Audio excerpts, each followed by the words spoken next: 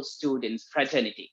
Especially in order to benefit the law students at large, we are proud to join hands with the lead generation of Faculty of Law, University of Colombo. Together, we bring you this wonderful experience to expand your horizons, widen your knowledge, and heighten your courage, and have no fear to enter the profession. Awake the professional in you.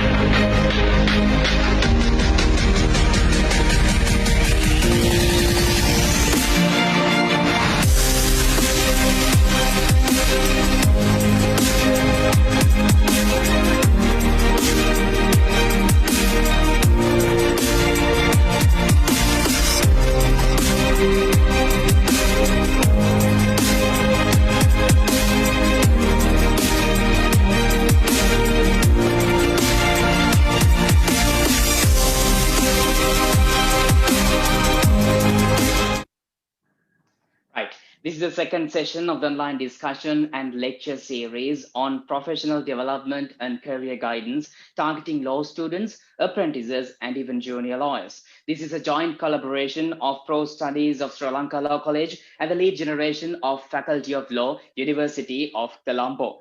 We warmly welcome all the participants for this session, and we would like to welcome our guest, a practitioner in criminal law, civil law, public law, and fundamental rights in Appellate and Original Courts. And he was the Deputy President of Bar Association of Sri Lanka from 2015 to 2017. And the personality appeared in most of the prominent cases in Sri Lanka.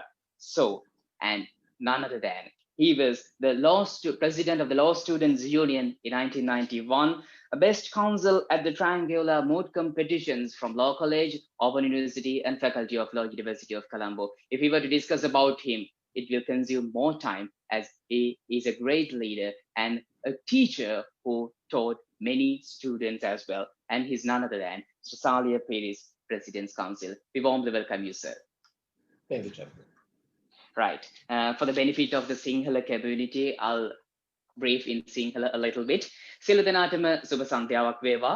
වෘත්තීය ජීවිතයේදී නිසි මඟ පෙන්වීම උපදෙස් සමග ඔබව නිවැරදි දිශාවට ගමන් කරවීමට බෙහෙවින්ම ඉවහල් වන කාර්යයක් ලෙස අප සිතූ නිසා නිසි පෙරසැලසුමකින් ඔබේ අනාගතය සාර්ථක කරගන්නට Pro Studies හි වෘත්තීය සංවර්ධන හා මඟ පෙන්වීම ඒකකය Profession වෘත්තියේදී ගවේෂණය නොකළ ශේෂ්ත්‍ර ස්පර්ශ කරමින් විවිධ මාර්ග පිළිබඳව ඔබව දැනුවත් කරන්නට ඒ වගේම වෘත්තීය ප්‍රජාව සහ ශිෂ්‍ය ප්‍රජාව එකම වේදිකාවකදී සම්බන්ධ කරන්නට ඔබව සාර්ථකත්වයෙන් මම පෙත්තු ඉවර කරන්නට කොළඹ විශ්වවිද්‍යාලයේ නීති පීඨයේ ලීඩ් ජෙනරේෂන් හා සමගින් අත්වල බඳ ගනිමින් නිර්මාණය කළ සුවිශේෂී මාර්ගගත දේශනමාලාවේ දෙවැන්න මෙලෙස ටික හරියට සූදානම්. ඒ වගේම මෙම වැඩසටහන Zoom ඔස්සේ සජීවීවත් ඒ වගේම Pro Studies හා Faculty of Law නීති පීඨයේ ලීඩ් ජෙනරේෂන් Facebook වෙබ් පිටුවලත් සජීවීව නැරඹීමට ඔබට හැකියාව තිබෙනවා.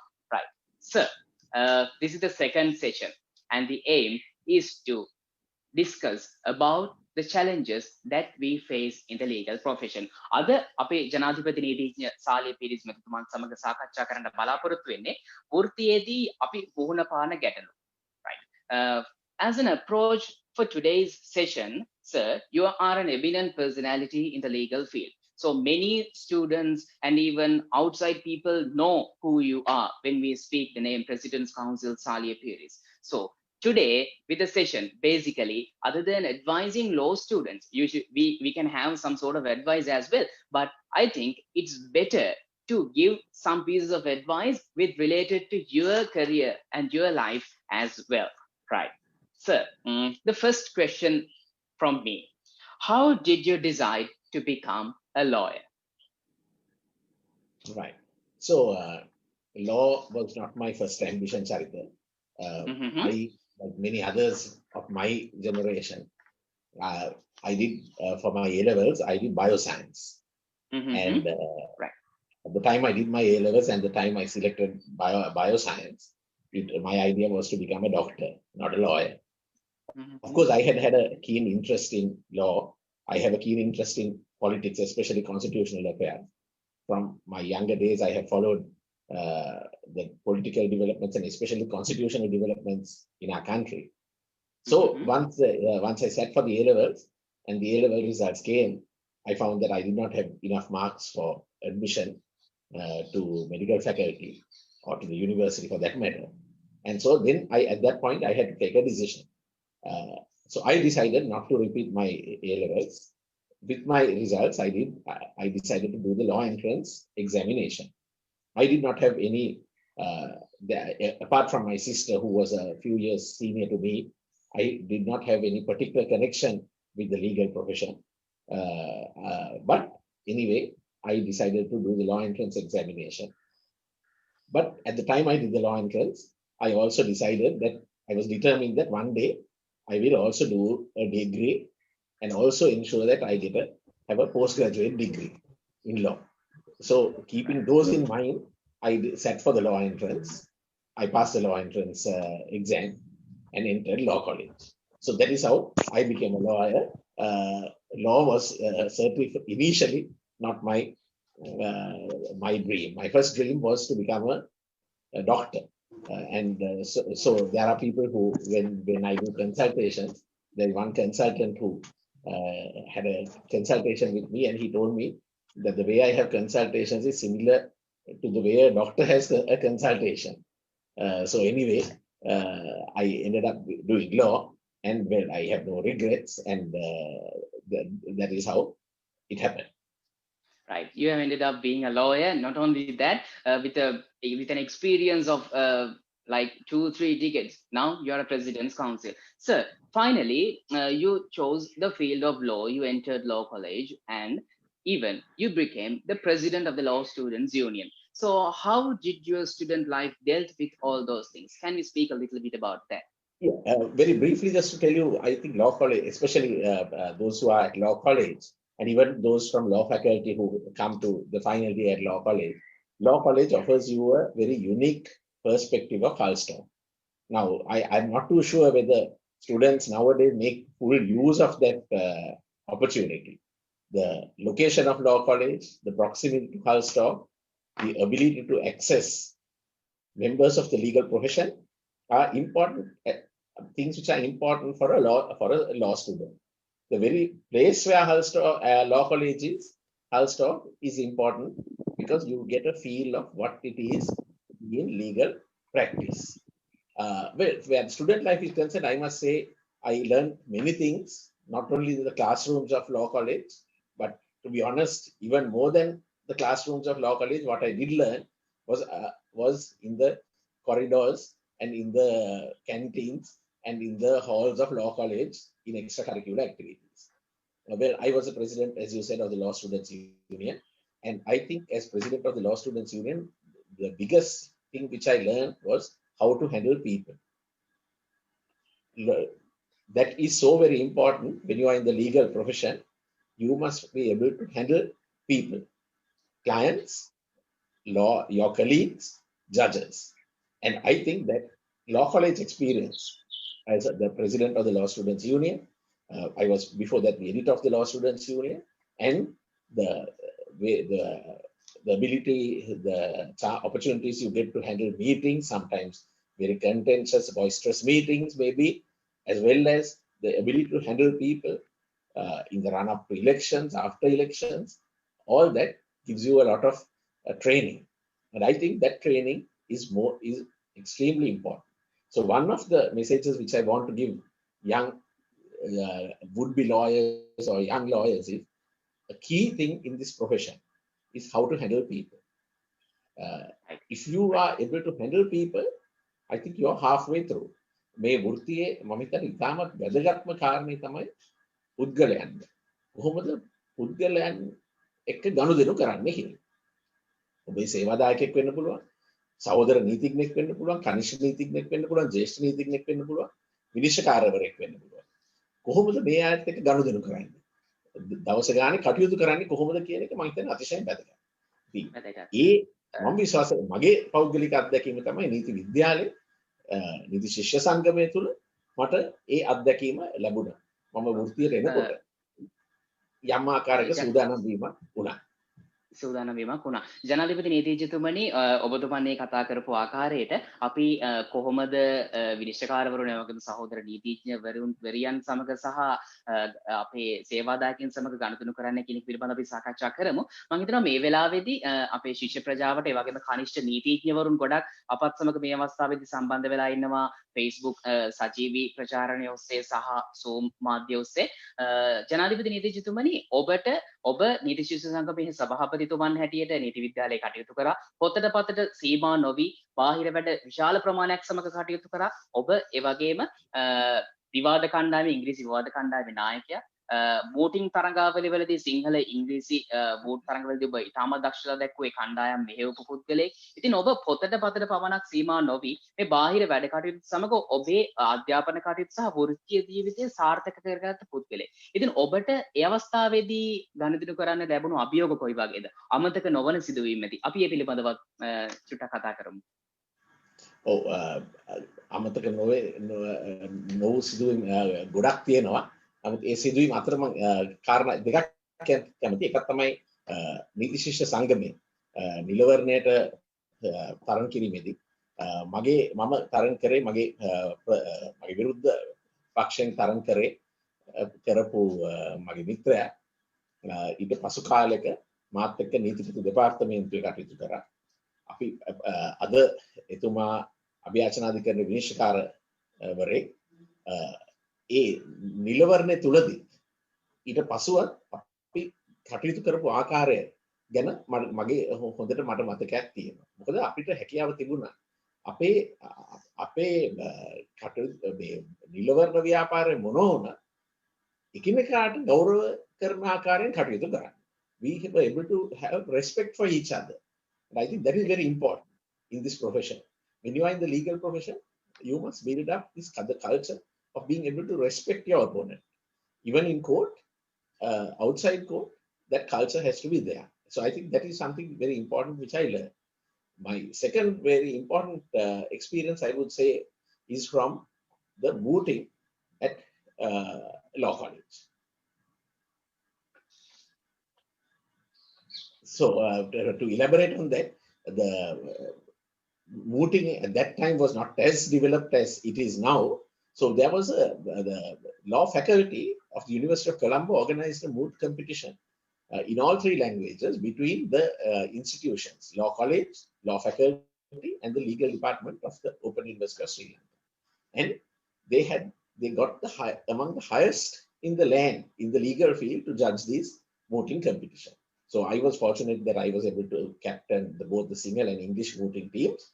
And among the judges in the English mooting competition, we were judged by Justice Mark Fernando, Mr. Lakshman Kadirgama, and Mr. Faiz Mustafa. In the Sinhala competition, we were judged by Mr. Sarath Silva, who was a judge of the Court of Appeal, Mr. Sunil De Silva, who was the Attorney General, and Mr. Ranjit Surya, President's Counsel. So the mooting experience also played a big role. For me, it was a huge experience when I entered the bar, because here there was at the mooting competition, and it was a public competition with the auditorium or law faculty. The finals were held there, and here was Justice Mark Fernando, senior judge of the Supreme Court, who was judging the moot, and that gave me invaluable experience. So what I want to tell present-day law students is that the experience of mooting, doing mock trials, is very, very important. And I think all institutions, whether it be law college or law faculty or the Open University, must encourage, we must build this culture of doing mock trials, important for your professional life. Right.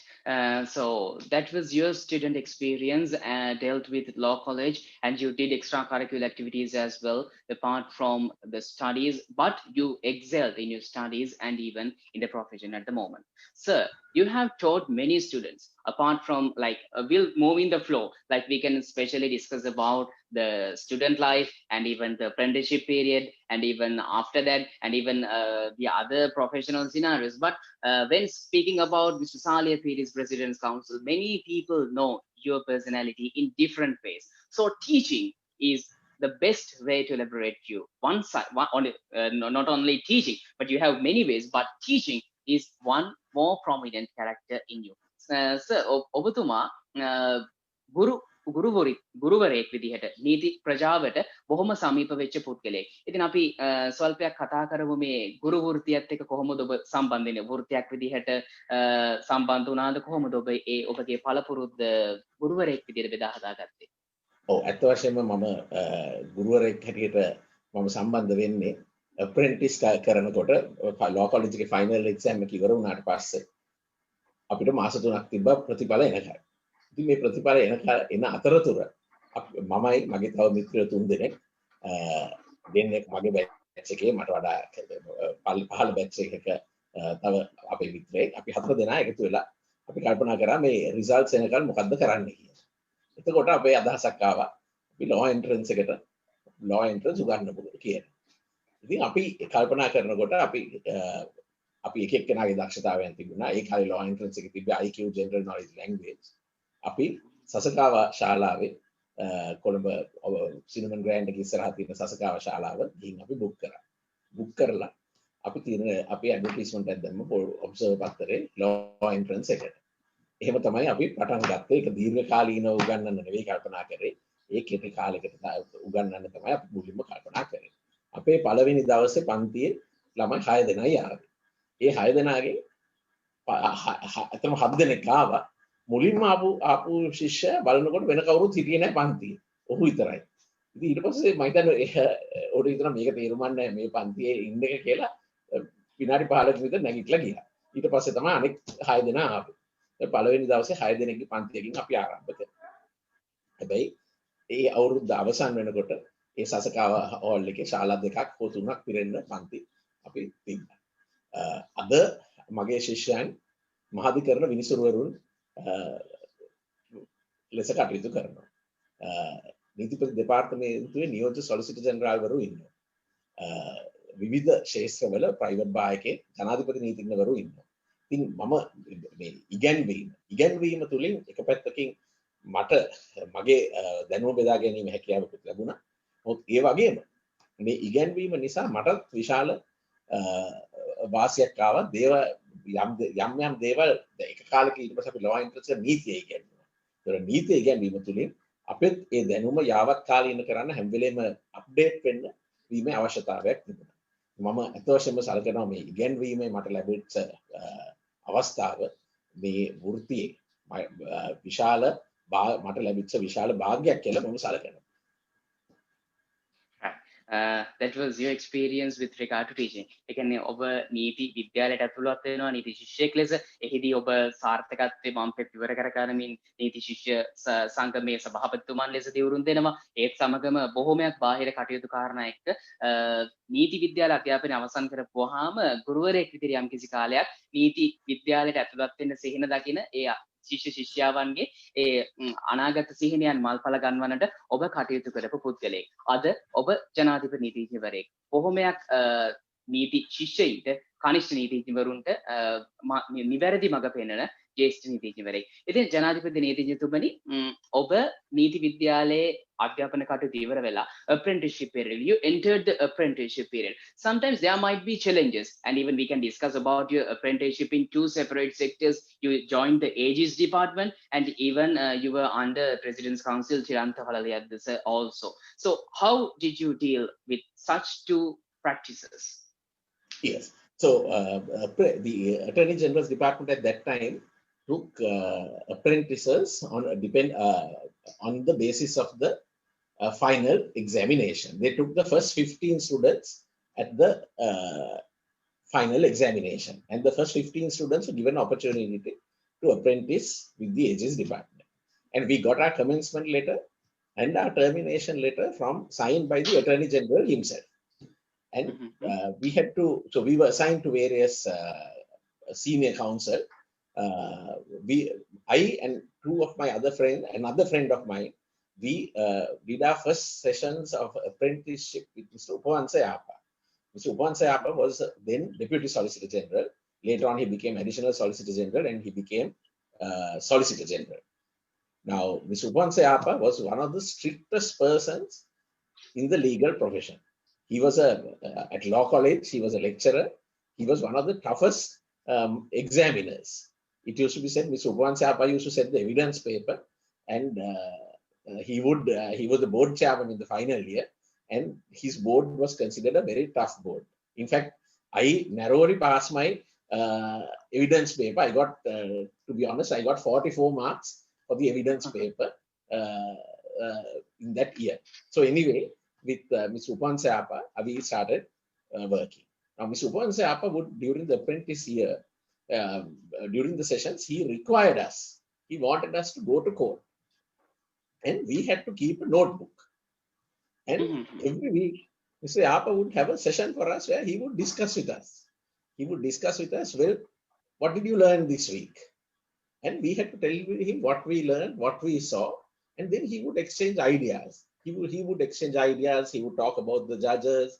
He would talk about how the counsel behaved.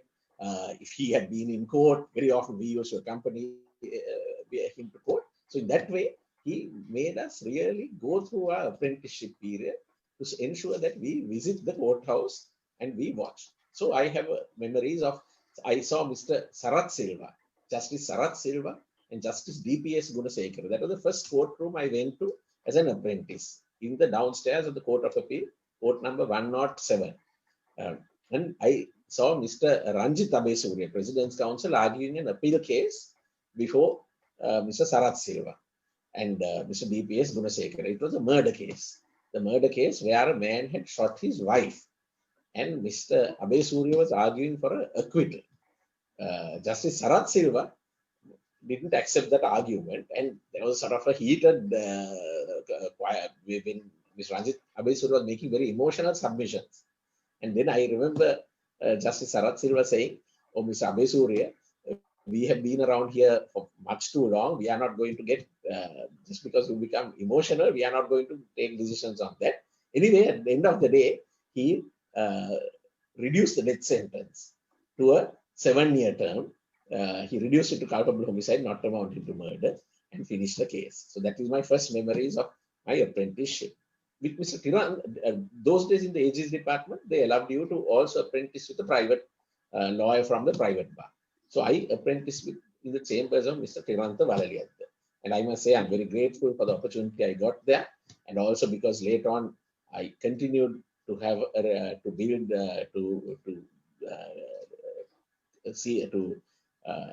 work with Mr. Valaliyadda in certain instances. And I had got many opportunities from Mr. Tirantha Valaliyadda. And Mr. Tirantha Valaliyadda gave us the aspect of how you would, from the point of view of a criminal defense counsel, how you would act. So I have watched Mr. Valaliyadda in consultations. I have watched him cross-examining witnesses, and much was learned in that process. But during the apprenticeship period, one thing which we did, and I would advise all apprentices, they spent a lot of time on our the apprenticing. Sometimes we used to go to the Attorney General's department, then from there go to Mr. Valaliyadda's chambers, and it would be a full 12 to 14 hours we would work as apprentices. And that culture of hard work is very important. Today, where my apprentices are concerned also, I insist on that culture of hard work. It is so very important that when you are a young lawyer, when you are an apprentice, you put in your best effort and you work hard during these years. The first 5 years of your life as a lawyer, as a young lawyer, are the most important years of your professional career. That is very important to remember that. ඔබගේ වෘත්තීය ජීවිතේ පළවෙනි අවුරුදු 5 තමයි වඩා ඉතාමත්ම වැදගත් කාල පරිච්ඡේදය. මට මතකයි මෙතනින් මේ බලන් ඉන්න සමහර නීතිඥවරු අහලා ඇති ශ්‍රේෂ්ඨාධිකරණ විනිශ්චයකාරවරයෙක් හිටිය නිමල් ගාමිණී අමරතුංග කියලා විනිශ්චයකාරතුමයි. තාමත් දක්ෂ විනිශ්චයකාරවරයෙක්. එතුමා නීතිපති දෙපාර්තමේන්තුවේ ජ්‍යෙෂ්ඨ රජයේ අධිනීතිඥවරයෙක් වශයෙන් කටයුතු කරමින් තමයි මහාධිකරණ විනිශ්චයකාරයෙක් හැටියට පත් වුණේ. එතුමා නීතිපති දෙපාර්තමේන්තුවේ ට්‍රිප් එකක් ගිය අවස්ථාවක්. ඒ ට්‍රිප් එක වෙලාවේ එතුමා කියපු කතාව මට තාම මතකයි. එතකොට ඒනොට එතුමා මම හිතන අවුරුදු 15ක් හෝ 20ක් 15ක් හෝ 18ක් නීතිඥ වෘත්තිය. කිව්වා මම මගේ පළවෙනි අවුරුදු 5 තමයි මම වැඩියෙන්ම වැඩ කරේ. මහන්සි වුණේ.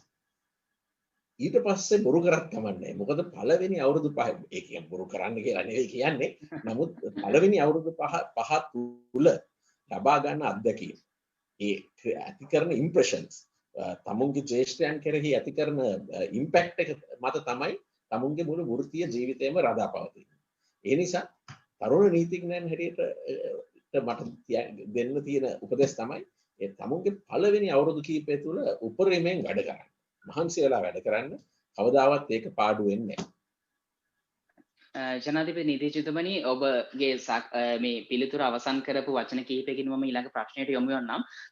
ඔබතුමා ඒ කියපු ආකාරයට ඔබතුමා විශාල අභියෝගයකට මුහුණ දුන්නා. නීතිපති දෙපාර්තමේන්තුවේ සහ ප්‍රයිවට් භායකයේදී apprenticeship period එකත් එක්ක ගනුදෙනු කරද්දී. But with hard working, ඒ කියන්නේ කැපවීමෙන් වැඩ කිරීමත් එක්ක ඔබතුමා ඒ අභියෝගය සාර්ථකව ජයගත්ත පුද්ගලෙක්. ඉතින් ජනාධිපති නීතිඥතුමනි ඔබතුමාගේ තවත් වචන කිහිපයකින් මුල් අවුරුදු 5 තමයි තීරණාත්මක කාලය. ජනාධිපති නීතිඥතුමනි ඔබට අභියෝගයක් තියෙන නැති කොහොමද ජේෂ්ඨයෙක් තෝරාගන්නේ?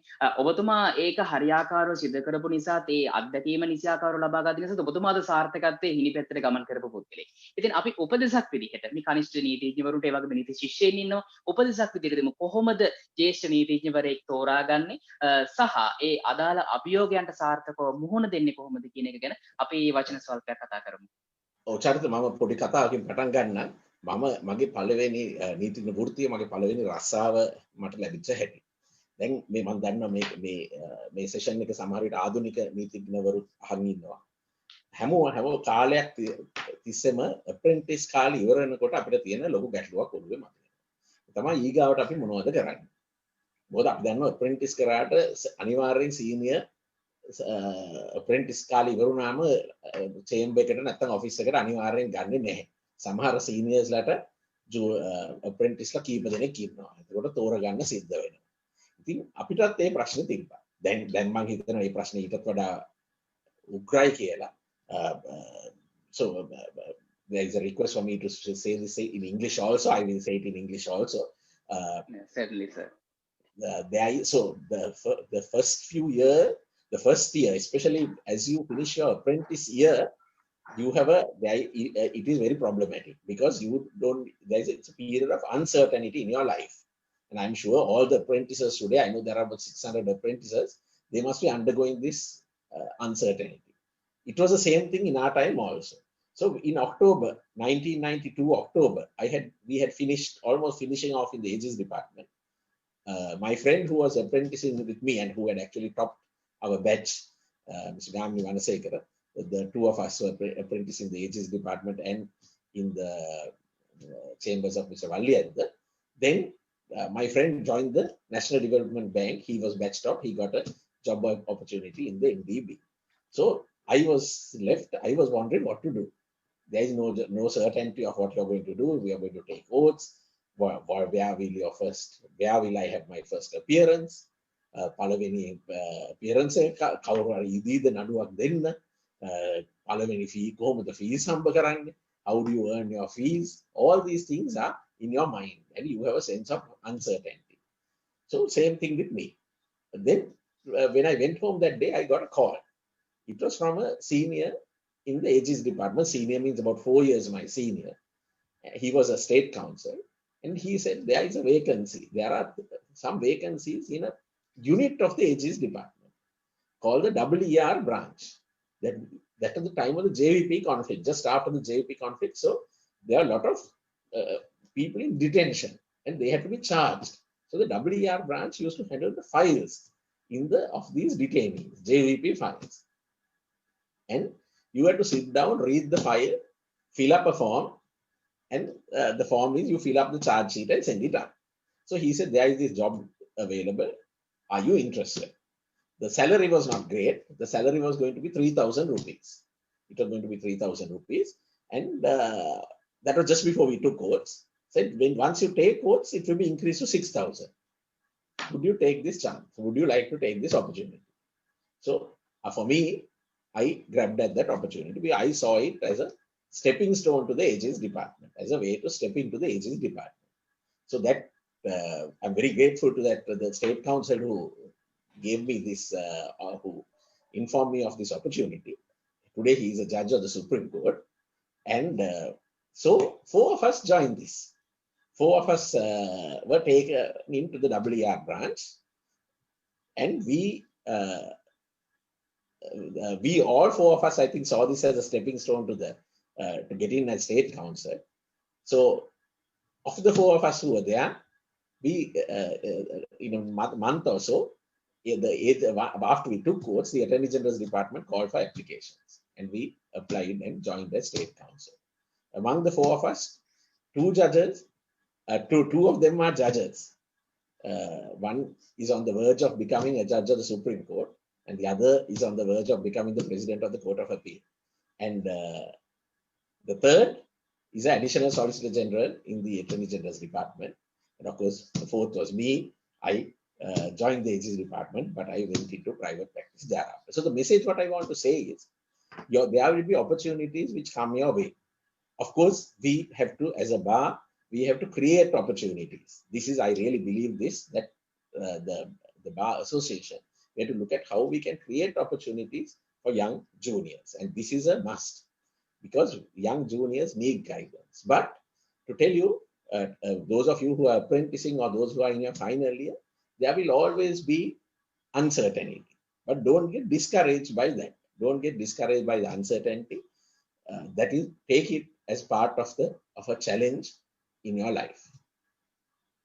Right. So always you took challenges in front of you. That means there was a challenge after you finished studies at law college, and you faced a challenge in teaching students to enter the law college, and successfully you won the challenge. And when concluding the life at the AG's department as an apprenticeship, you had made a tremendous effort to make it a success. And here's after practicing a few years at AG's department, you took another challenge to move out to the private bar. So how did you face challenge, and what were the background, the circumstances that made you to proceed in that such a way? Okay. So when I joined the AG's department, my dream was to stick on in the AG's department. මම නීතිපති දෙපාර්තමේන්තුවට බැඳෙනකොට මගේ ඒ වෙලාවේ මගේ අධිෂ්ඨානය තිබ්බේ මම බලාපොරොත්තු තිබ්බේ නීතිපති දෙපාර්තමේන්තුවේ රැඳිලා ඉන්න. I wanted to become a Deputy Solicitor General, maybe thereafter to join the Court of Appeal and to go to join the judiciary perhaps, or to rise up in the AG's department.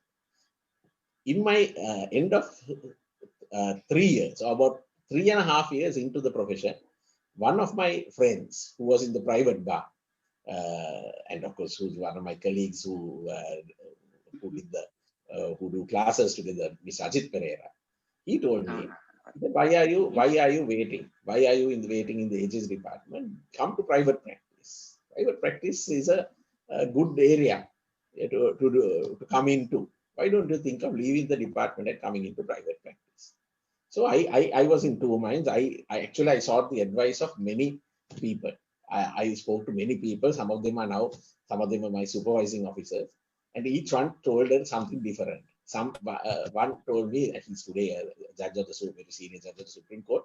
He said, your criminal law is sound, but why don't you wait and learn some civil law? Because in the 4 years in my AG's department, I had done only criminal trials. I had been a prosecutor, State Counsel, doing criminal trials throughout the country.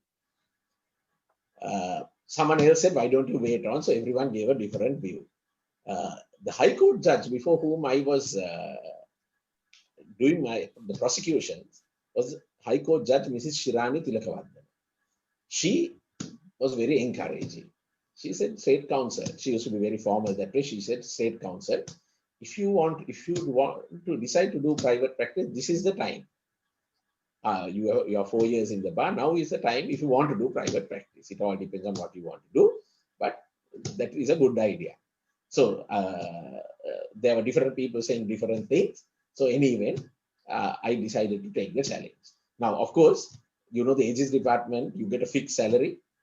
It is an excellent place to get the training, excellent place to work, and I enjoyed working there. I enjoyed the company of my friends, of my colleagues in the AG's department. But anyway, I took at that point I had to take a decision. In fact, my mother-in-law told me, she said, "Why do you want to give up your pension? You are entitled to a pension. Why do you want to give that up?"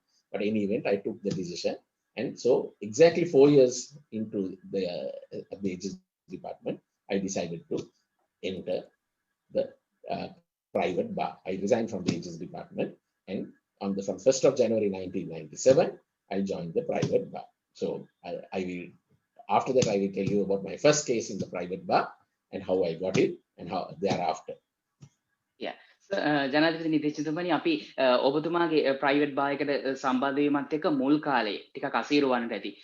නඩු ලැබීම පිළිබඳව ඒ වගේම දැන් ඔබට ඔබගේ පවුලුනුත් යම් කිසි පිරිනැක් එල්ලවන්නට ඇති. මේ ඇයි පෙන්ෂන් එක ගිව් අප් කරන්නේ? විශ්‍රාම වැටුප ගිව් අප් කරලා අතහැරලා දාලා ඔබතුමා මේ තමන්ගේ රැකියාව චුට්ටක් රැකියාවෙම ඒ වෙනත් පැතිකඩක් ස්පර්ශ කරනවා. ඉතින් ඒ අදහසත් එක්ක තීරණයත් එක්ක ඒ ක්‍රියාකලාපත් එක්ක ඔබතුමා කොහොමද මේ මුල් අවුරුදු කිහිපය I think it might be very tough කියන්නේ ගොඩක් අසීරු වන්නට ඇති. කොහොමද මේ challenge එක ඔබතුමා successfully complete කරගත්තේ? දැන් ඇත්තටම කියන මම හිතන්නේ ප්‍රයිවට් ප්‍රැක්ටිස් වලට එන හැම කෙනෙක්ම තියෙන බයක් තමයි නඩු තියෙයිද කියන එක. මට නඩු ලැබෙන්නේ. Even the income matters. Yeah. Then the income matters. So ages department, I cannot remember what the salary was, but I think it was the salary at that time was about 30,000 or 35,000 rupees. There is a separate allowance which is given. So with that allowance, I think it was about 35,000 rupees. So my target was, I thought, okay, if I leave the department, I have to at least earn 35,000 rupees for the month. Now I know today 35,000 today at that time and today there is a difference in the value of money, but be that as it may. So that was my target. So one thing is you have to, how do you get cases? Now you can't go into unethical practices, you can't do touting, you can't advertise. So how do you get cases? So one of so that is a huge challenge. But for that you must have confidence in yourself.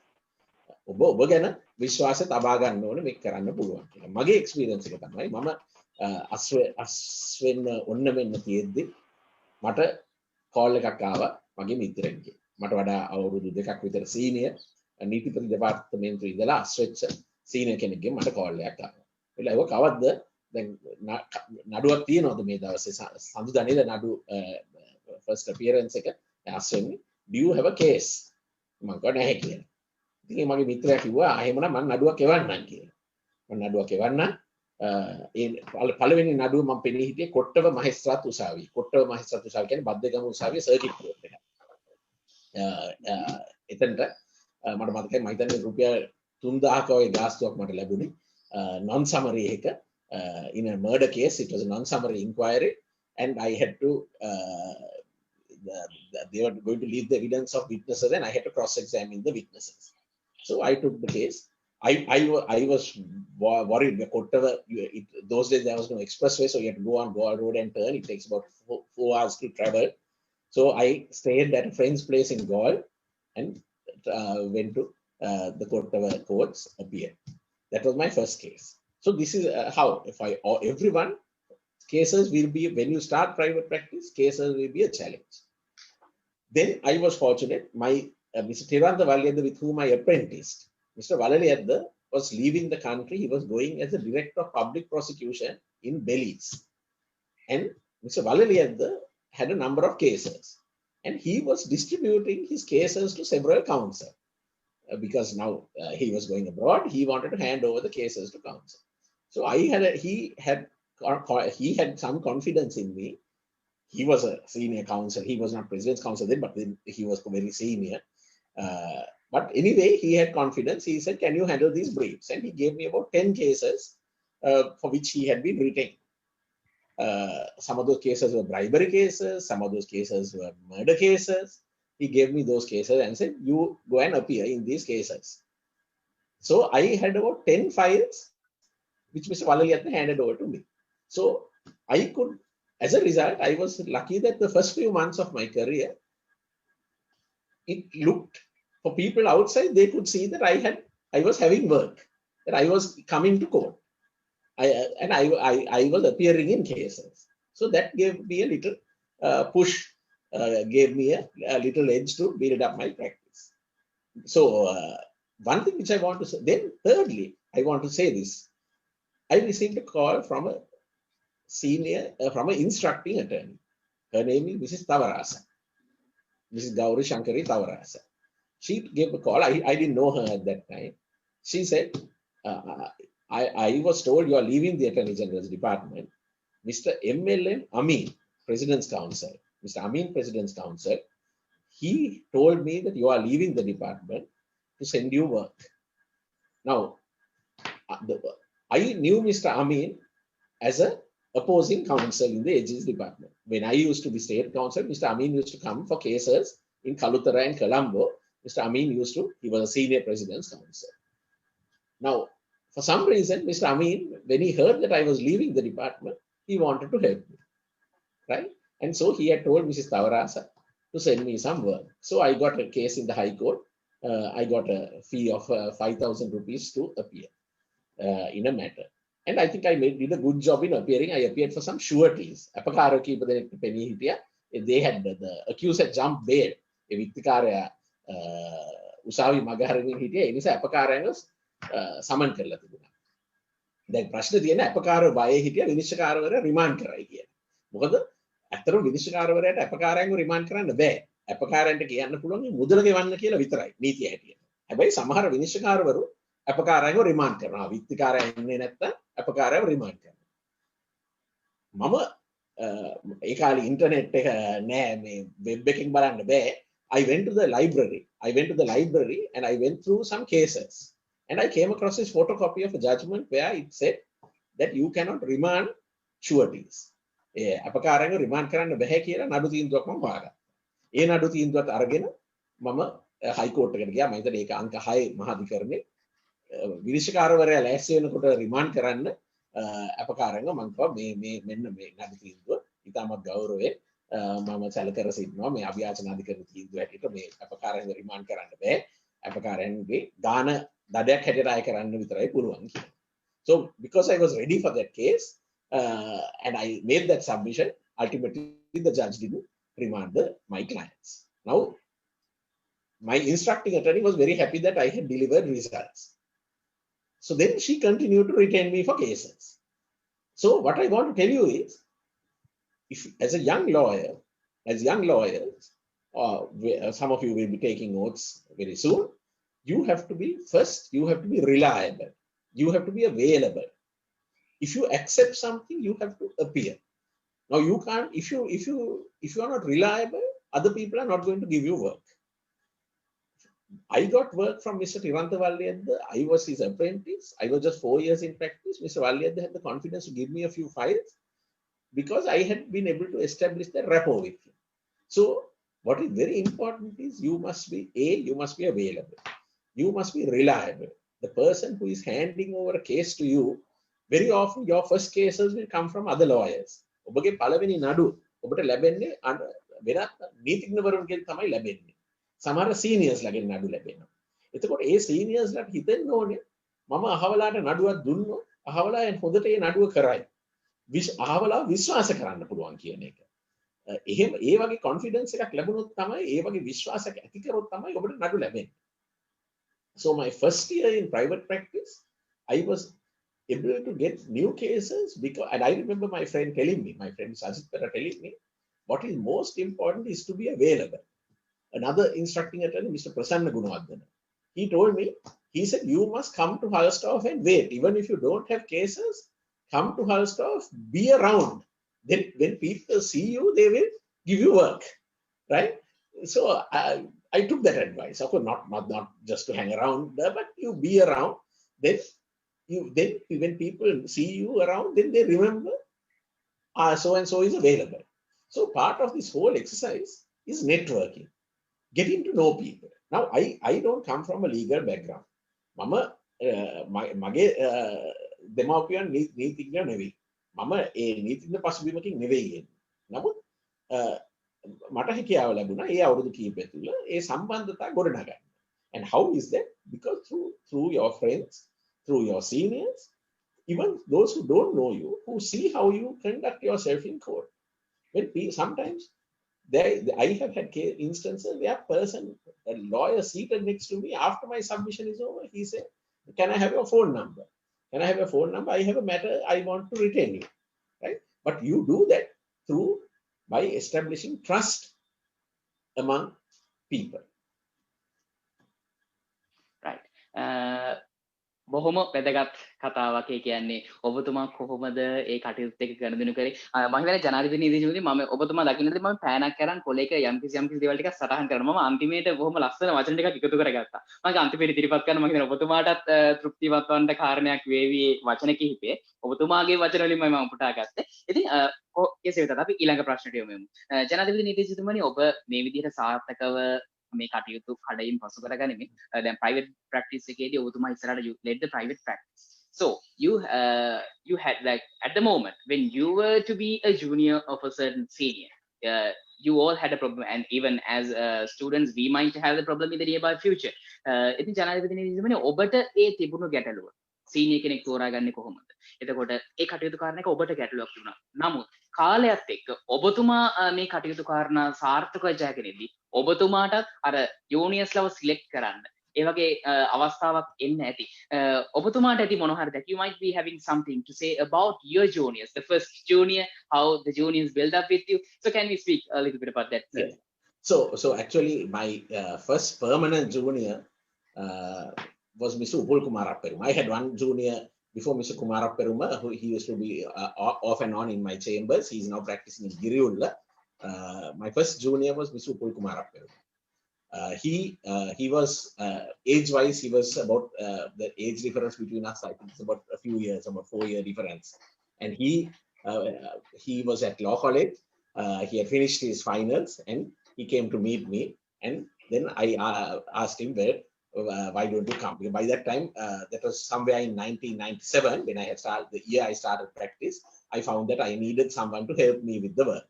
So he joined me. My office was at the YMBA, and we used to work very late. Sometimes he and I used to go work we used to finish court, come to the chambers, and it may be about 9 o'clock when we left.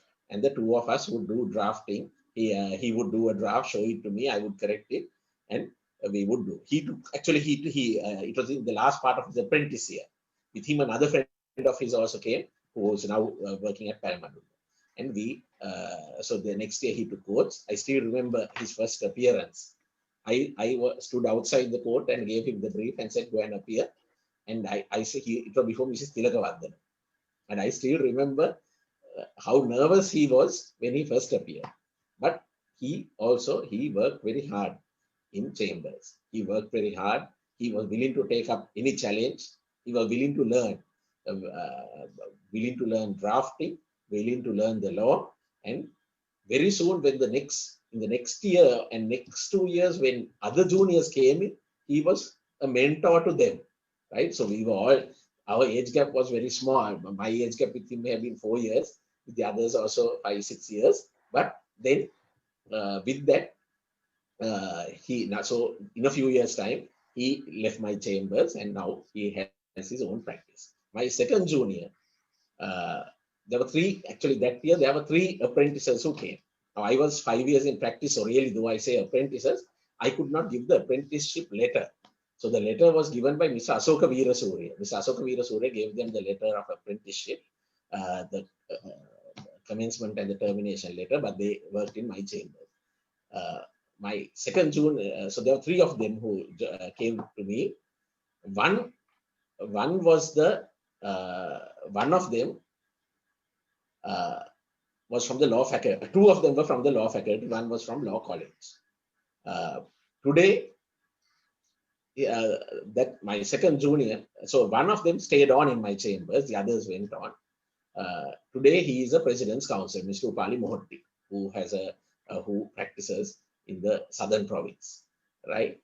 So then after that, then thereafter, others joined my chambers. And I have selection of juniors is concerned, or what do I look for from a junior? I expect the junior to be reliable. and a junior to be diligent, right? And I'm sure many seniors expect that from their juniors, right?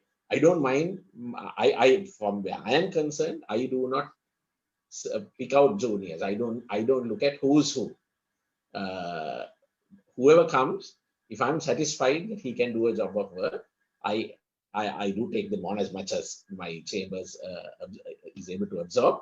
But I look for them. What I do look for them is to be reliable and the ability to learn, the willingness to learn, and we look for people who are honest and sincere in their work, in whatever they do. Those are some of the qualities which we look for, and we want people who are hardworking. We don't want people who don't work hard, who are not willing to work hard. That would be difficult. But if you are, where I am concerned, what I look for, those are the qualities that I look for in a junior. Right. That was a great experience, and even many law students, the lawyers and even junior lawyers who are joining the session might be benefiting with this discussion. And we should remind it again, the Leeds Generation Faculty of Law and Pro Studies, both Facebook pages do the live transmission of the discussion. So with regard to the profession, we'll move on to some direct questions. Right. When handling clients, how should we handle? Right. So I think where a client, you must understand. I will mention refer this in English also. අපේ සේවාදායකයන් කියන්නේ file එකක් විතරක් නෙවෙයි. Behind your file there is a human being, not one human being, several human beings. So you must keep in mind your client, the man who brings a file is not only the file, but there are human beings involved. If it's a criminal case, your client might be in prison. He might be out of prison. He has a family. There are his wife, his children, his parents, all of them are affected if he goes to jail. If it's a civil case, if it's a land case, you know that it might be that man's only house. And if he's kicked out of the house, you know how the family would be affected. So when you're handling a client, you must keep in mind that you're handling the case for a human being. You must have that. You must remember that, and you must be absolutely truthful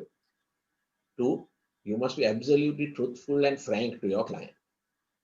If your client does not have a case, you must tell the client he doesn't have a case. If some clients come to you with something where a case cannot be filed, now you must not take a case and say, just because you want your fees, to say that you're going to file some case.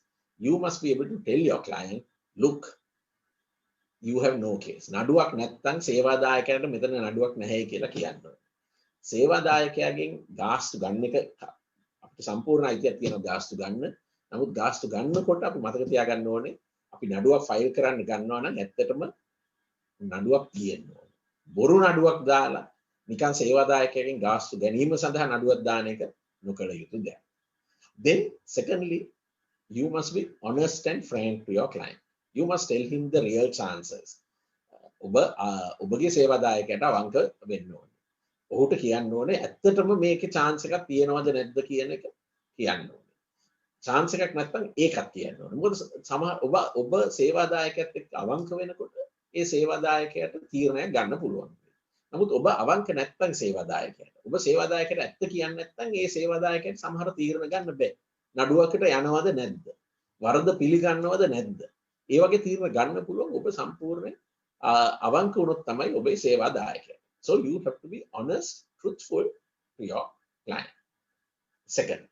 Thirdly, as I said earlier, you must remember it is a human being. You must act the way. If you are a client, how would you want to be treated?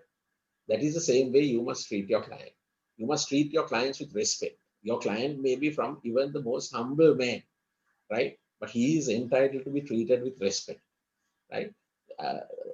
If you treat people well, those people will come back to you, right? I have had clients who tell me, that they choose a lawyer because the lawyer is good to them. The lawyer, and you must be willing to listen to your client. One of the weaknesses in some of us, in some of the members of our profession, is that we don't listen to the client. You must take time, listen to the client, take instructions from him, advise people. One of the very senior counsel who I have gone for consultations to is Mr. D.S. Vijayasinghe. Mr. D.S. Vijayasinghe, President's Counsel, he spends a lot of time with the client, and he spends time, listens to the client. Even so, same with Mr. Mustafa, Mr. Faiz Mustafa, President's Counsel. They take time to listen to the client and spend time to understand. Many clients, you know that even how it is with doctors. Some clients, for the doctor, they go not only for the medicine, they also go because they want someone to listen to them.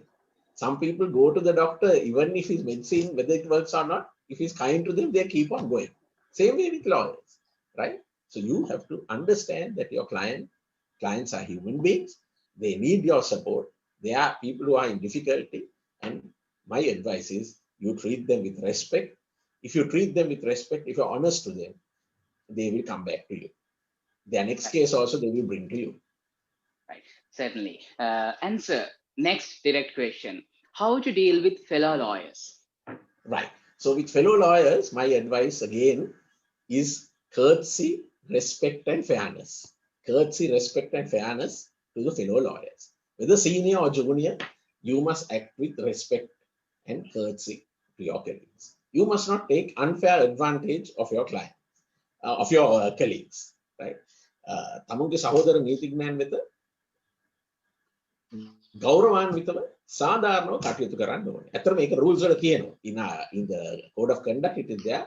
You must act with courtesy, respect and fairness.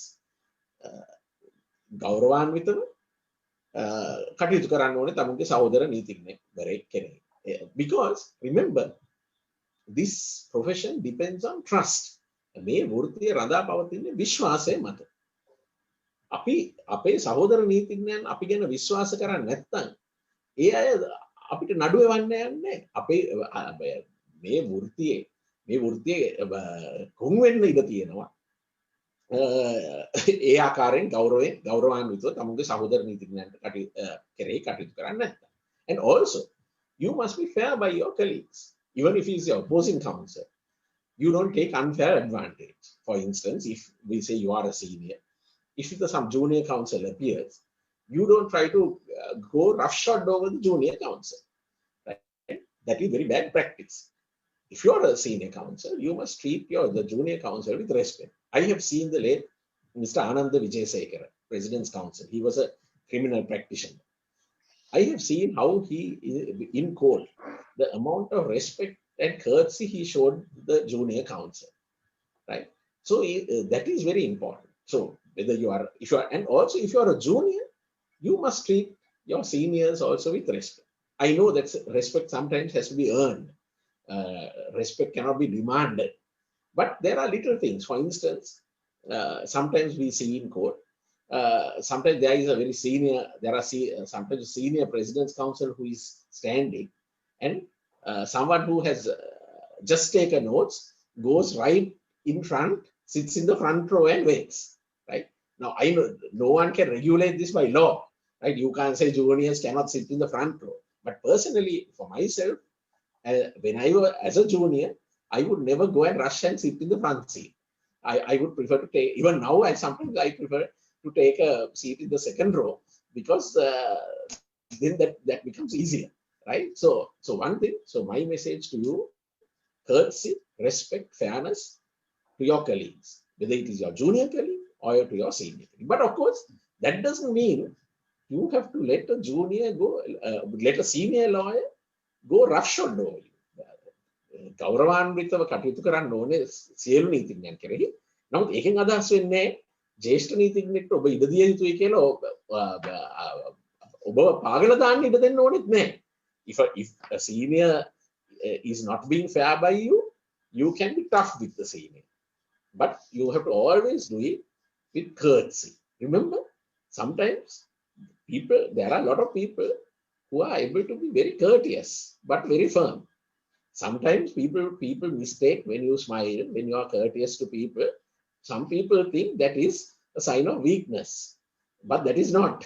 Sometimes it is the people who are very courteous who can be toughest. One of the toughest judges I have met is Justice Mark Fernandez, but always very soft-spoken, very courteous. But no lawyer could try to take him for a ride. And that is the time. So as a young, whether you are young or a senior lawyer, act with courtesy, respect and fairness towards your colleagues. Right. That was with regard to dealing with fellow lawyers. Sir, next direct question I would like to ask you in this manner. As a student at Law College, and I was attending to one of your sessions where you are delivering, and you said how to deal with judges in a beautiful manner. You sorted out a certain mistake of your opponent and just clarify it. And there's a beautiful story. So dealing with judges, can you explain with that story? Because we entertain that story at the moment at Law College. I think it's better. Right. A huge crowd is there. Right. So I will tell you this story. You know the story, Charita. Yeah. This certainly. Was after I had left. I was in. This was when I started my private practice somewhere in 1999. There was a judge in the Supreme Court called Justice Dheeraratne, Justice Ranjit Dheeraratne. Now I got a case where what had happened is it was a case originally in the magistrates court. Magistrate court. Magistrate court එකේ 315 වෙනි වගන්තිය යටතේ. ඒ කියන්නේ simple hurt වලට පිහියකින් කැපුවයි කියලා මේ පුද්ගලෙක්ව පිහියෙන් කැපුවයි කියලා මේ සැකවිත්තිකාරයාට අවුරුදු 2ක සිර දඬුවමක් දීලා තිබුණා.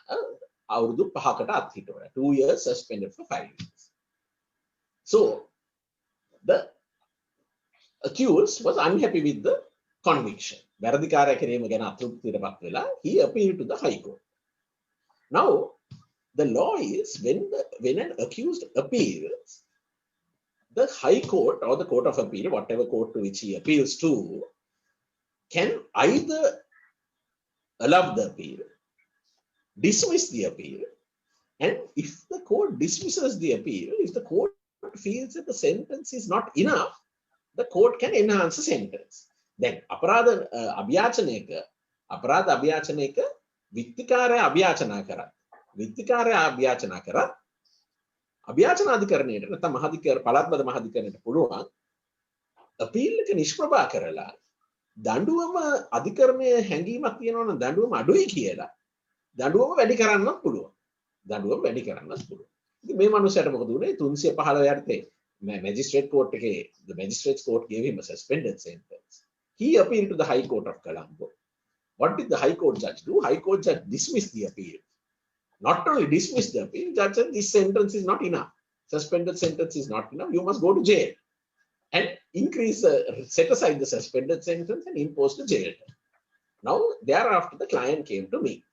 Now, remember, the High Court is well within its power to do that.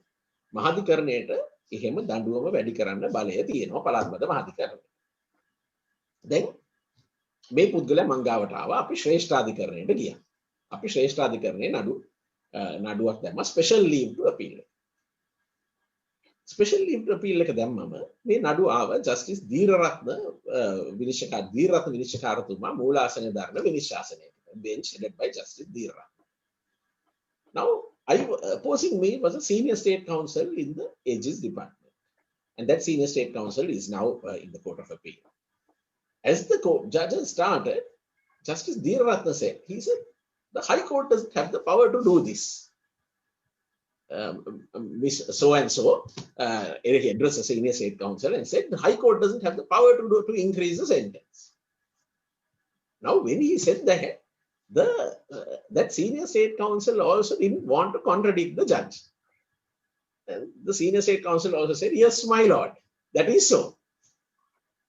Now, actually, the High Court has the power. So the judge was making a mistake. Justice Dheeraratne was making a mistake. He thought the High Court doesn't have the power to enhance the sentence, but it has the power. The senior state counsel who was there didn't want to contradict the bench. So I said, yes, that is so, my lord.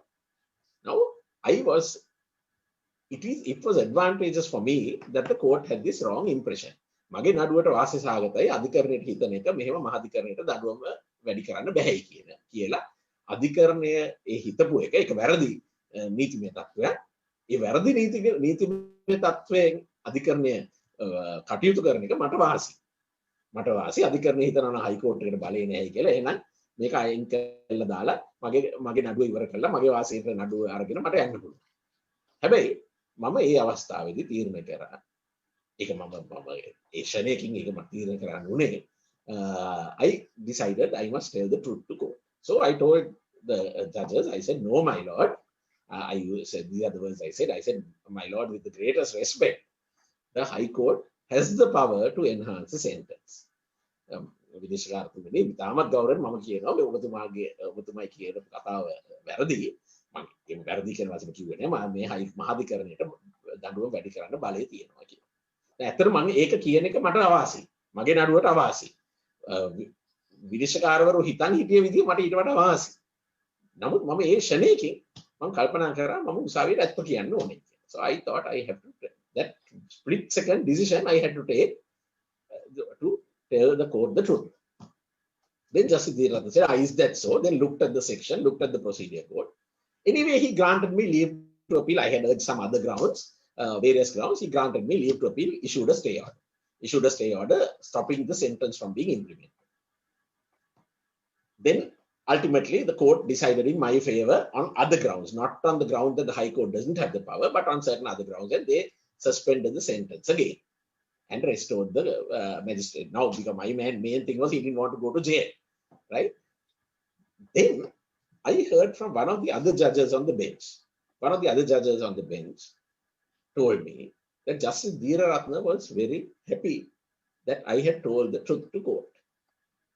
That day. So I was not known to Justice Dheeratna. I was a young counsel. I was about 5 years in practice. About 6 years in practice at that time, and that I had to. He didn't know me personally, but he had been very happy, and he had told the other judges, "This is what we expect from counsel." Now, thereafter, what happened? That was 1999. Justice Dheeratna retired if I remember right, in 2001.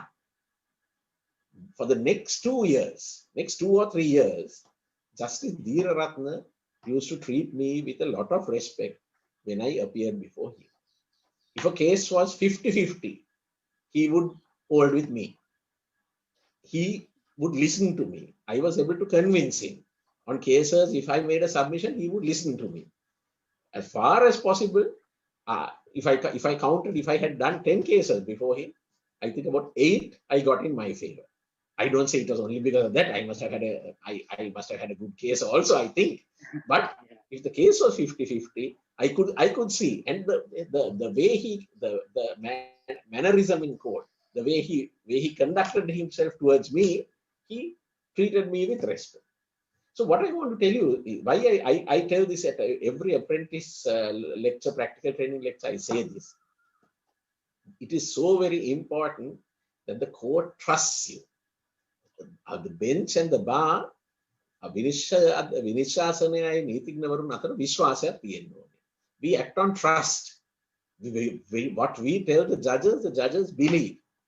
The judges don't have to second guess. They don't have to go back and look at the books to see whether what we are saying is correct, right? So you have to build up that trust.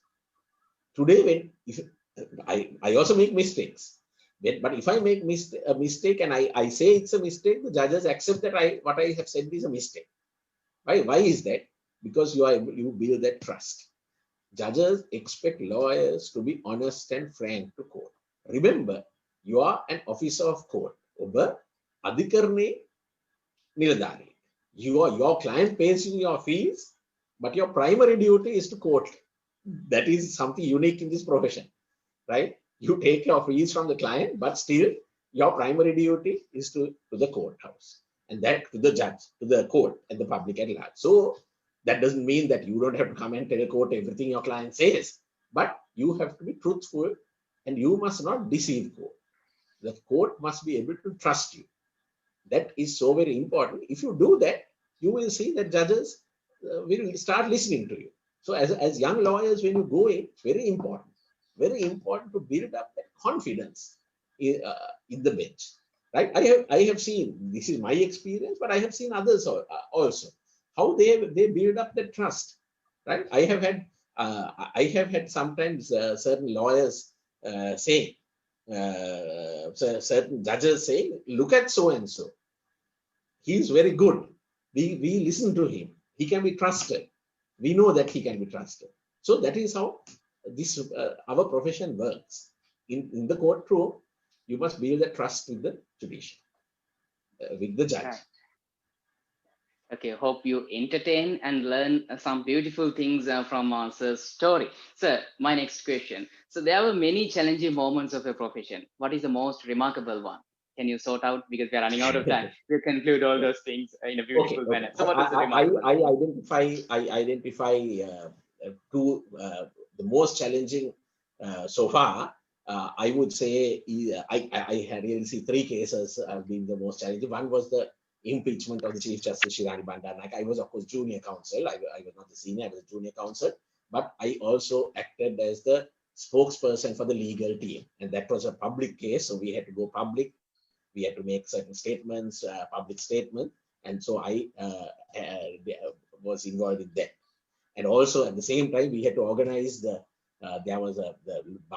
bar itself was against impeachment. So we had to organize the profession. And I played a key important role in that. Secondly, in defending General Sarath Fonseka, 2 out of his 3 criminal cases were cases in which I appeared. One of those was where I took up the defense of autre revoir convict. He had already been convicted by the court martial. So my argument was, once he was convicted by the court martial, you cannot try him again in a civilian court. And for that, I had to do certain research. And there, my teaching experience also helped me. I came across this doctrine called the doctrine of implied repeal. That when there are 2 conflicting laws, you give force to the later law. So between the Army Act and the Criminal Procedure Code, there was a difference in the wording.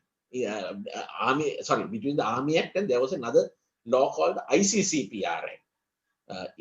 ICCPR Act, there was a particular section which contradicted. So I argued that the ICCPR Act had to be given preference, and the High Court upheld my submission and discharged General Fonseka. So that is the second case. The third case is a more recent case which I have undertaken. I undertook to defend, to appear for a particular lawyer who is in detention, and I found that case. Of course, once again, there is another senior President's Counsel who is appearing now. But I undertook that case amidst, I knew that it is not the most popular case, but I believe that you cannot go in for popularity. When you are appearing for cases, you have to do what is right according to the light of your conscience. And that, so those are the 3, I would say, most challenging cases which you ask. Right. Then මමත් ඊළඟට ඔබතුමාගෙන් අහන්නට බලාපොරොත්තු වුණේ ඔබතුමා ගණනය කරපු මේ නඩු තීන්දුව පිළිබඳව. ජනාධිපති නීතිඥවනි, මම මගේ ඊළඟ ප්‍රශ්නේ මම මේ විදිහට අහන්නම්. ඔබතුමා මේ රටේ තිබෙන පක්ෂපාත ભેද, දේශපාලන මතවාද කිසිම දෙයක් නොසලකා සත්‍ය සාධාරණය වෙනුවෙන් පෙනී සිටපු පුද්ගලයෙක් විදිහට බොහොමයක් පුද්ගලයන් ඔබව අර්ථ දක්වනවා.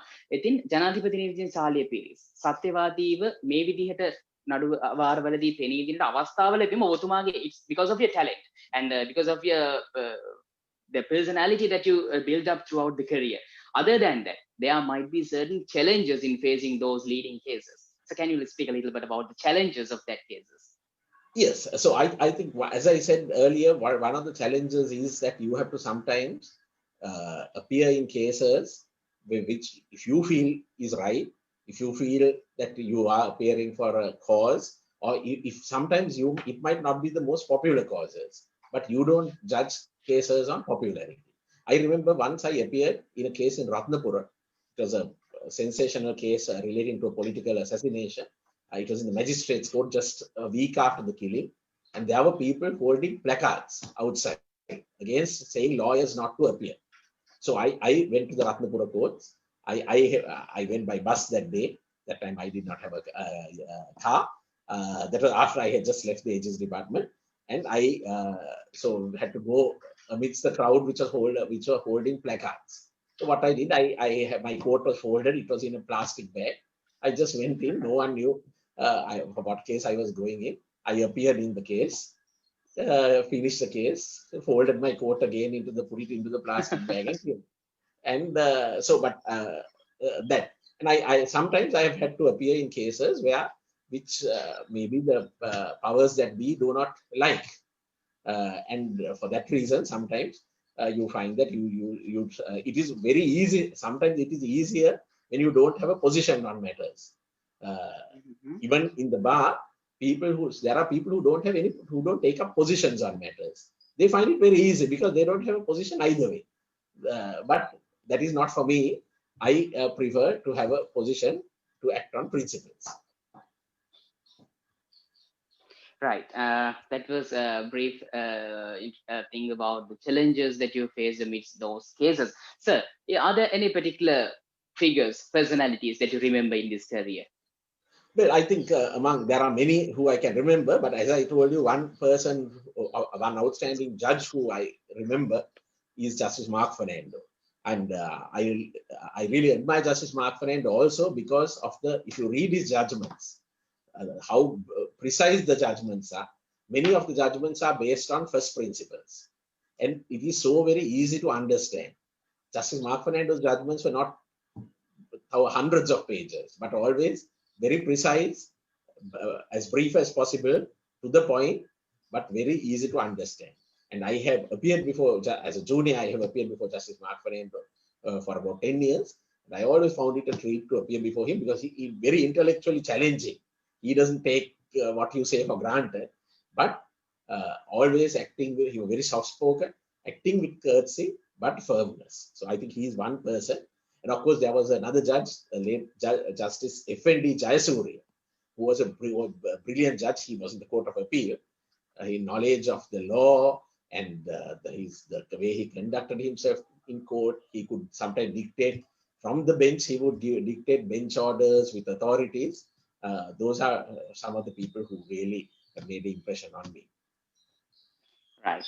And the final question to you, sir, we discussed about more than 1 hour, nearly 1.5 hours. Right. The final question from me. You always say for your juniors, for students, build on principles in an ethical manner.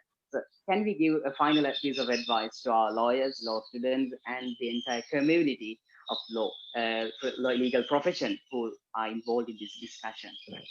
Yeah. So one thing I want to say is, especially young lawyers who are just about to enter the profession, there will be many people who discourage you, who say that there is not enough work to go around. And there might be people who tell you who might try to discourage you. My answer for that is not correct. There is work in this profession. If you work hard, if you're willing to be dedicated, there is work. The first few years of your life is going to be tough. That has always been.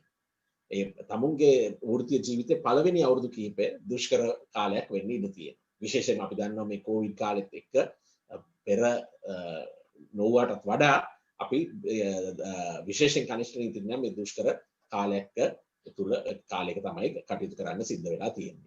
But if you are firm, if you stand for what is right, if you do a proper job, a dedicated job, and if you're honest to yourself and to your client, there is a future for you in this profession. But remember, this is not 100 meters. This is a marathon, right? So don't try to earn from your first client. Don't try to earn the fees which you have to get for a year, right?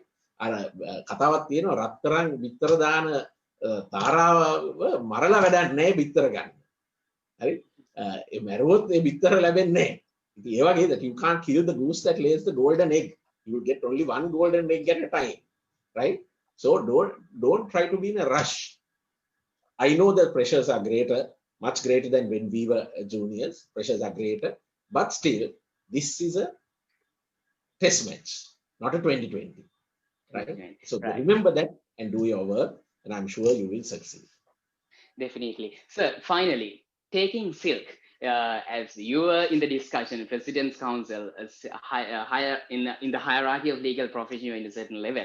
So taking silk, can we comment a little bit on that for the benefit of the entire community? Yeah, okay. So taking silk means being appointed a President's Counsel. We get this from the British English tradition. We get this from the English tradition. In Sri Lanka, it's a president who appoints, it's a constitutional power of the president to appoint President's Counsel. And there is the president, there is a criteria set out in the constitution, eminence and integrity and professional rectitude. That is basically the criteria. But so it is a recognition. It is a title really, which is given to senior lawyers who the president feels fit to appoint. But of course, I must tell you, there are also very eminent counsel who have never applied or never been made President's Counsel, or Queen's Counsel. So two of them, to give you an example, or three of them. One is Dr. Colvin R. De Silva. He was never Queen's Counsel, or President's Counsel, but in every aspect he had that eminence. Secondly, Mr. R.K.W. Gunasekara, who was a principal of Law College. He never applied for to be a President's Counsel, but there were instances where the court invited him. In the famous Abhay Sundara versus Abhay Sundara case, he was invited to be amicus, to advise, to be the friend of the court, to advise the court on the law, right? And thirdly, Mr. S.L. Gunasekara, the late Mr. S.L. Gunasekara. So, taking silk, this is what taking silk is about. But there are eminent counsel who have not been, who have not taken silk, but their eminence remains. Right. We had a great discussion, sir. Finally, මම කියපු විදිහට ඔබතුමාගේ කතාවෙන් මම පුංචි වචන ටිකක් අරගෙන දැන් අපි මේ වැඩසටහන් මාලාව පවත්වන්නේ මේ නීති ශිෂ්‍යයින් ඒ වගේම කනිෂ්ඨ නීතිඥවරුන් apprenticesලා ඒ ඔක්කොටම benefit වෙන විදිහට. If I make a mistake, I'll humbly say sorry, sir. If I make a statement, concluding statement, a curable, fair human being.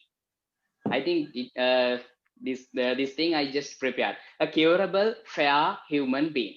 I shall explain it. All the participants who are joining this session, you can remember we had a discussion Zoom meeting with President's Counsel Saliya Pieris, and remember this phrase, a curable, fair human being. I shall explain it. So you said some words. Curable. C stands for confidence and courtesy. U stands for uncertainty. R stands for reliable and even respectfulness. And A, availability. And B stands for building network. And L stands for ability to learn and listening. And E stands for ethical. That is for curable. I think that will survive in this field. And even you said fair. We should we should have some sort of fairness. And the final word, human being, you said behind each and every file, there's a human being. So I think that statement will conclude the entire story that you told with us in this session. Right. So shall we open up for the audience 2-3 minutes Sure. for any question that they do have? Okay, right. Yes. Okay, this chance is for audience. We need to, we are running out of time. So we can give 1-2 opportunities for the audience as well. There were some questions which was on the chat. Right. But you can ask, let the audience ask the questions. So, okay, I think this is important. One question which is asked, what are the weaknesses you see in juniors and apprentices these days? How can they work on those and develop their career? Okay, so one thing is this, there is a cartoon which says every generation grows up and complains about the next generation, right? So I personally, I don't make a difference between the juniors of these days, and I am not one who says not like, so there is a very-known personality. He used to say, apparently, I wish I had a junior like myself when I was a junior, right? But I don't say that. Every generation has its pluses and minuses, but maybe that you need to this aspect of working hard. I have seen some juniors looking at the time and wanting to, we are used to a culture of working late hours, maybe 9 o'clock, 8 o'clock, 9 o'clock. We don't look at that. A few juniors I have noticed are a little concerned about their time. Maybe that they are better time managers than us. But I think that hard work is necessary. I just want to share this story of one junior of mine. He's practicing in Matale. He's a senior lawyer in Matale. He has in his purse the first fee I had given him. He showed me one day when I went to Matale. He has his purse, the first fee I had paid him in an envelope. I asked him why he is keeping it, why he didn't use the money. He said, no, sir, this is to remind you myself that of the hard work which has to be put in. So this is one thing. I think that extra hard work is necessary. The other thing is, of course, I know that times are different. I know but sometimes I think you have to wait. Earning money is, you need to earn money, but earning money is not the be all and end all of life, right? That is, those are the second thing. So earning money is good, but that has money will come in, but don't make money your first priority. When you build up a successful practice, as you go on, money will come in. Don't worry. But if you say, if money becomes your primary aim, then your situation may be a little different. Those are two things I would like to, those are my observations. Right. We had some questions with regard to the chat, and you answered it, sir. And thank you very much, sir, for joining us with this session. And we are extremely grateful to have you at this moment amidst a busy schedule. You join us and even advising the law students, apprentices, and even junior lawyers. So finally, again, I would like to remind the statement, a curable, fair human being, concluding all your aspects of the speech. And we had a lovely session, an interactive session, and even all of the participants who are joining with this Zoom platform and the Facebook pages of Pro Studies and Lead Generation. They all have entertained and even took some advices for their life as well. ජනාධිපති නීතිතුමනි බෙහෙවින්ම ස්තුතියි ඔබතුමන්ට මේ අවස්ථාවත් සමගින් අප හා සමග සම්බන්ධ වුණාට Pro Studies සහ Lead Generation Facebook මාධ්‍ය ඔස්සේ Zoom තාක්ෂණ ඔස්සේ අප සජීවීව පුරා පැයක හමාරක් කාලයක් මුළුල්ලේ මේ සාකච්ඡාවට සම්බන්ධ වුණු සියලු දෙනාටම ස්තුතිවන්ත වෙනවා. ජනාධිපති නීතිතුමනි ඔබතුමන්ගේ අනාගත කටයුතු සර්වපකාරයෙන් සාර්ථක වෙන්නට කියලා අපි ප්‍රාර්ථනා කරනවා.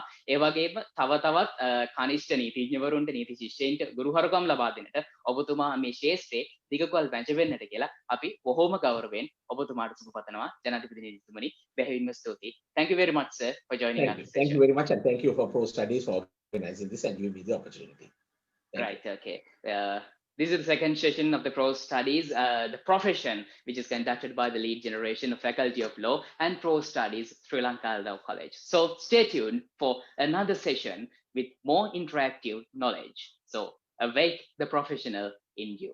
Thank you very much.